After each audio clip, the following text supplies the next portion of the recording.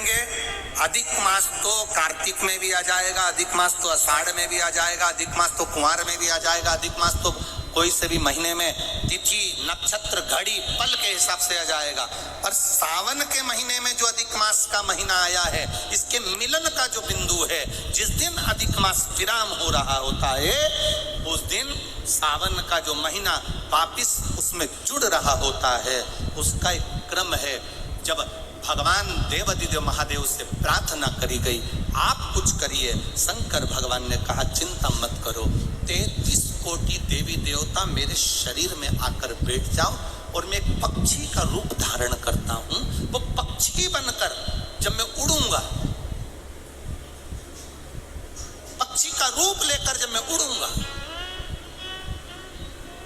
और उड़ते हुए पक्षी का रूप धारण कर नरसिंह भगवान को अपने पंजे में पकड़ूंगा और पकड़कर नरसिंह भगवान को उत्तराखंड की अलकनंदा नदी में ले जाकर डाल दूंगा। भगवान शिव, भगवान शंकर, ओघड़दानी, त्रिकालदर्शी, कैलाशी, अविनाशी मेरे शिव का एक स्वरूप,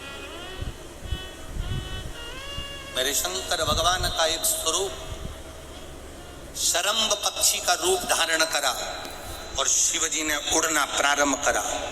33 कोटि देवताओं का बल लेकर भगवान शंकर जब उड़ना प्रारंभ करे और उड़ते उड़ते भगवान शंकर ने अपने पंजे में शरंब पक्षी का रूप धारण कर नरसिंह भगवान को पकड़ा और पकड़कर नरसिंह भगवान को ले जाकर अलकनंदा नदी के अंदर डाला। अलकनंदा नदी में जैसे ही डाला, डालते से ही नरसिंह भगवान का क्रोध समाप्त हो गया। वहीं पर नरसिंह भगवान की समाधि लग गई। नेत्र बंद कर साधना में लीन, तप में लीन।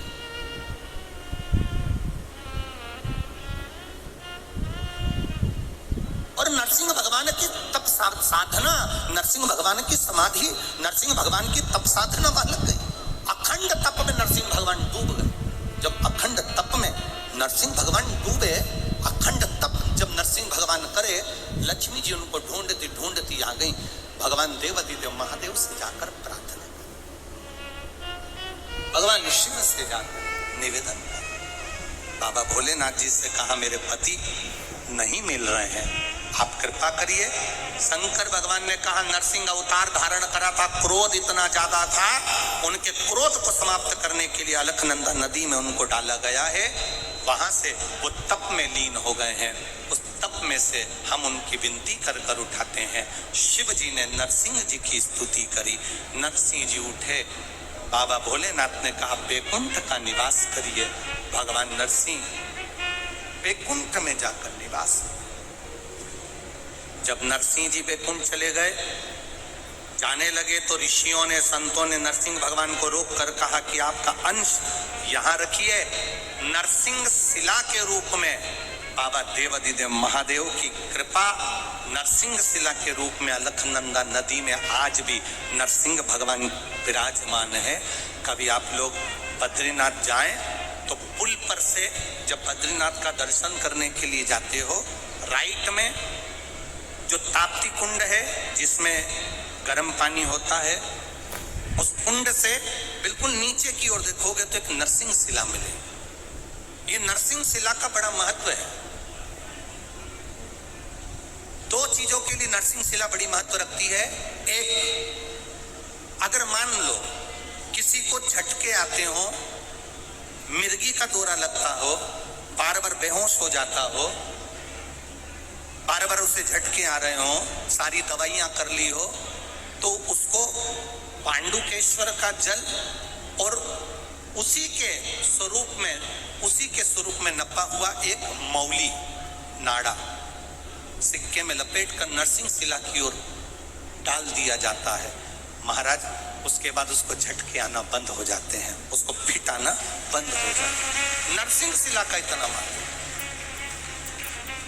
पांडुकेश्वर का जल उस जीव को हमेशा देना चाहिए जिसको झटके आते हैं, जिसको झटके आ रहे हैं। पांडुकेश्वर बद्रीनाथ जाते हैं तो बीच में पांडुकेश्वर पड़ता है। आप अगर देखेंगे तो बड़ा बोर्ड लगा हुआ है पांडुकेश्वर का। वहां उतरेंगे, जल लेंगे भोलेनाथ जी के शरीर का और वो जल बोतल में भरकर लेकर आएंगे उसको।